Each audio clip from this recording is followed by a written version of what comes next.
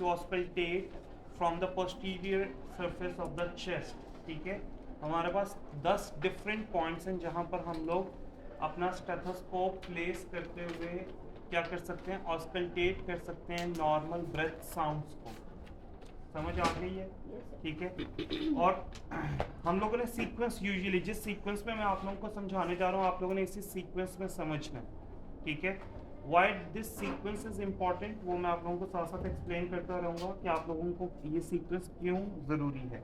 ठीक है, now first of all आप लोगों ने जिस भी साइड से पेशेंट को अप्रोच किया आप लोगों के पास ये सबसे बेहतरीन तरीका है अपने स्टेथोस्कोप के इसको पकड़ने का, डायफ्राम को पकड़ने का। इसको एज अ होल हम लोग क्या कहते हैं कि that is bell, that is bell. ठीक है, ये पूरी का पूरा स्टेथोस्कोप का ये वाला जो हिस्सा है ये क्या है, बेल है। ठीक है, और इस पार्ट को हम क्या कहते हैं कि दैट इज द डायफ्राम। ठीक है, so the most easy way to carry this is just like this. You have to hold just like this. ठीक है, समझ आ गई बात की?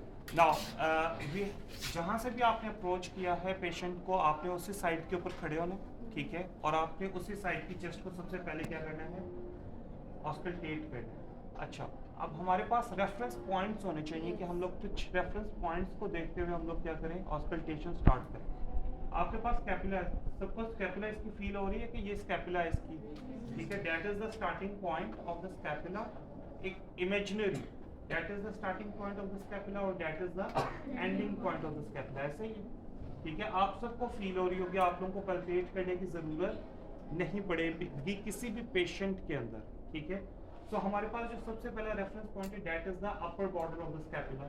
फिर हमारे पास जो सेकंड लेवल है that is the mid of the scapula, और फिर जो थर्ड लेवल है that is the lower border of the scapula. समझ आ गई बात की? तो हमारे पास टोटल 6 पॉइंट्स कवर हो जाएंगे ऑन ईच सरफेस, 3 इस साइड पर, 3 इस साइड के ऊपर। ठीक है, यहाँ तक बात की समझ आ गई? अंडरस्टूड? सर ये 3 पॉइंट्स बता दो। Understood? Yes sir. Yes sir. Question? Sir 3 points ये जो भी ना आपने बताया वो बता दो। ओके, हमारे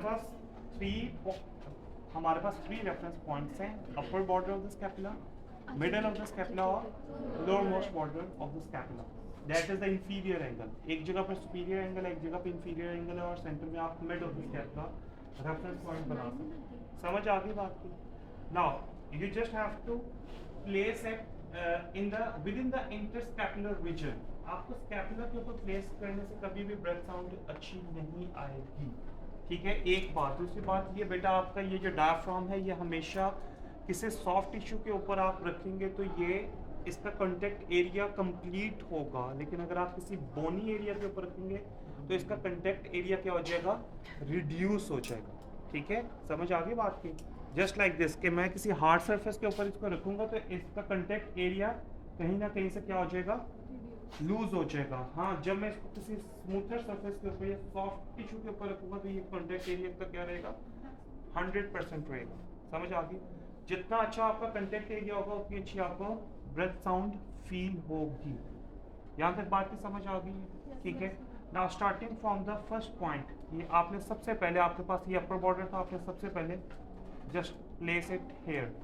आपके पास मिड के अंदर क्या है, स्पाइन है। ठीक है, आपने यहाँ पे प्लेस किया। अब आप क्या कहते हैं पेशेंट को या किसी भी इंडिविजुअल को कि जी लंबा सांस लें।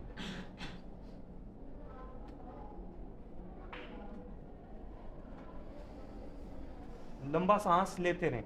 अच्छा, अब आपने सिर्फ एक पॉइंट के ऊपर रख के, आप एक पॉइंट के ऊपर रख के भी लंबा सांस, एक पूरा ब्रीदिंग करवा सकते हैं, इंस्पायरेशन प्लस एक्सपायरेशन। और आप उसको कह सकते हैं कि आप लंबे सांस लेते रहें, और आप क्या कर सकते हैं, नंबर ऑफ पॉइंट्स को एग्जामिन कर सकते हैं। एक या एक से ज़्यादा कितनी भी ब्रेथ्स हो जाएं, आपके ऊपर डिपेंड करता है। अगर आपको बहुत जल्दी परसीव हो जाती है ब्रेथ साउंड तो आपको ज़रूरी नहीं है कि आप हर एक पॉइंट के लिए क्या करवाएं, इंस्पायरेशन भी करवाएं और एक्सपायरेशन भी करवाएं। समझ आ गई बात की? ठीक है, आप कुछ इंस्पायरेशंस और एक्सपायरेशंस के अंदर पूरे एरिया को क्या कर सकते हैं, ऑस्कल्टेट कर सकते हैं। ठीक हो गया?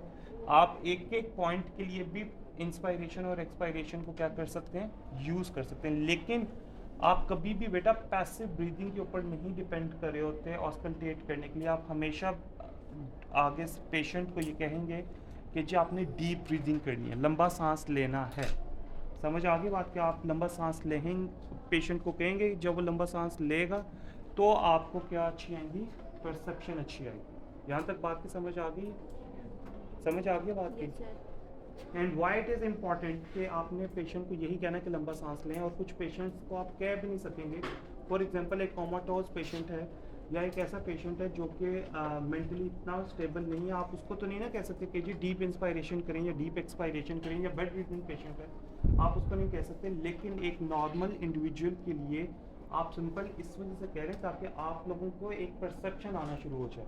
ठीक है, कोई बेड रिडन पेशेंट होगा, आप उसको ना गाइड कर सकते हैं ना एजुकेट कर सकते हैं। अगर आप उसके ऊपर साउंड सुनेंगे आपको उसके ऊपर भी सुनाई दे जाएंगी। लेकिन सबसे पहली बात ये कि आपको एक नॉर्मल एक वॉकिंग पेशेंट के अंदर आपको बहुत अच्छी सुनाई देनी चाहिए ब्रेथ साउंड्स। समझ आ गई? तभी आप किसी इस चीज़ को ज़्यादा एक्सपीरियंस करके किसी ऐसे पेशेंट के ऊपर जो कि बेड रिडन होगा आप उसके ऊपर भी सुन सकें।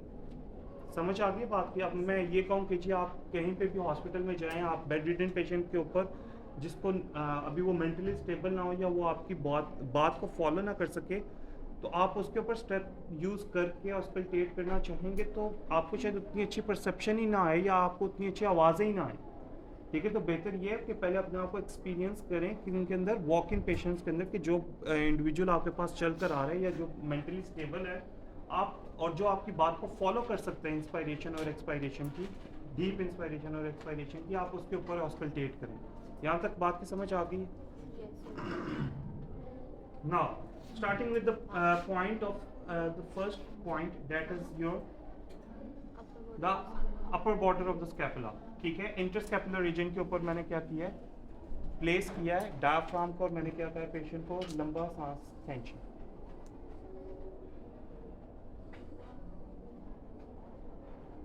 मैंने सिंपली क्या किया, मैंने एक साइड के अपर बॉर्डर ऑफ स्कैपुला को रेफरेंस लिया और मैंने उसके और उसको ऑस्कल्टेट करने के बाद सिंपली कहाँ पर चला गया, ऑपोजिट साइड के ऊपर चला गया। समझ आ गई बात की? ठीक है, अब मैंने क्या किया, डाउनवर्ड स्लाइड डाउन किया है किसके लेवल पे, मिड स्कैपुला के लेवल पे। समझ आ गई? फिर मैंने सिंपली क्या किया, ऑपोजिट साइड के ऊपर शिफ्ट कर दिया। ठीक हो गया, किसी लेवल पे, मिड स्कैपुला के लेवल पे। अब फिर ये मेरे कितने 4 पॉइंट्स हो गए। फिर मैंने क्या किया है, स्लाइड डाउन किया कहाँ तक, इंफीरियर बॉर्डर ऑफ स्कैपुला तक। ठीक है, ये तीनों जो पॉइंट्स हैं दोनों साइड्स के ऊपर, ये तीनों पॉइंट्स पैरेलल लाइन के अंदर मौजूद हैं। ठीक है, पैरेलल लाइन के अंदर मौजूद क्यों है, क्योंकि आपके पास स्कैपुला मौजूद है, आप स्कैपुला के ऊपर इसको ऑस्कल्टेट नहीं कर सकते, इसलिए आपने इन तीनों पॉइंट्स को क्या कर लेना है, इजीली ऑस्कल्टेट कर लेना है ऑन ईच साइड। लेकिन आपका सीक्वेंस क्या होना चाहिए कि जहाँ से आपने अप्रोच किया, आपने सबसे पहला पॉइंट यहाँ पर रखा है तो आपने ऑपोजिट पॉइंट भी इसी के लेवल पर रखा है। फिर आपने स्लाइड डाउन करना है मिड स्कैपुला के लेवल पे, फिर आपने ऑपोजिट साइड के ऊपर फिर स्लाइड डाउन करना है इंफीरियर बॉर्डर ऑफ स्कैपुला पे, फिर ऑपोजिट साइड पे। समझ आ गई बात? अब जब हमारे पास inferior border of scapula complete हो जाता है तो हम फिर इंफीरियर बॉर्डर ऑफ स्कैपुला से क्या करते हैं, डायगोनल डायरेक्शन में जाते हैं। किस डायरेक्शन में जाते हैं, डायगोनल डायरेक्शन में। अब जब डायगोनल डायरेक्शन में जाना है तो just at the tip of the inferior angle of the scapula हमारे पास मिड स्कैपुलर लाइन आ जाती है। कौन सी लाइन आ जाती है, मिड स्कैपुलर लाइन। उस लेवल पे आपके पास कौन सा पॉइंट आ जाएगा, 7th पॉइंट आ जाएगा। समझ आ गई बात की? अब 7th पॉइंट अगर यहाँ पर आए तो आपने सेम इसी तरीके से उठा के यहाँ पर भी क्या करना है, ऑपोजिट साइड के ऊपर भी 7th पॉइंट को क्या करना है, 8th पॉइंट को क्या करना है, ऑस्कल्टेट करना है। फिर 8th पॉइंट को ऑस्कल्टेट करने के बाद आपने फिर स्लाइड डाउन करना है और लेटरली मूव करना है। किस तरफ करना है, laterally slide down and lateral direction के अंदर मूव करना है। Slide down and lateral direction, इस डायरेक्शन में आप आगे यहाँ पर आपने ऑस्कल्टेट कर लिया 9th पॉइंट को, सेम इसी तरीके से आपने यहाँ पर ऑस्कल्टेट कर लिया 10th पॉइंट। समझ आ गई? Sir, 8, 9 points बता दीजिए, last 2 points.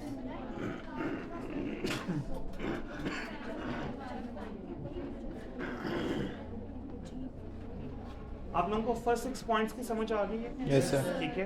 फर्स्ट 6 पॉइंट्स के बाद आपके पास जो 7th, 8th, 9th और 10th है, आपने 7th और 8th के लिए मिड स्कैपुलर लाइन को फॉलो करना है।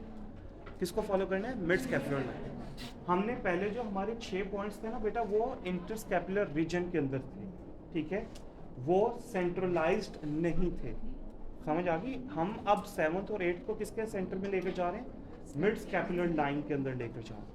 फिर जो 9th और 10th आएगा उसको हम लोग फर्दर डाउनवर्ड और लेटरली मूव करवा रहे हैं, ठीक है। इसको एक दफा दोबारा नीली करते हैं, नीली नहीं, नील घुटनों के ऊपर बैठ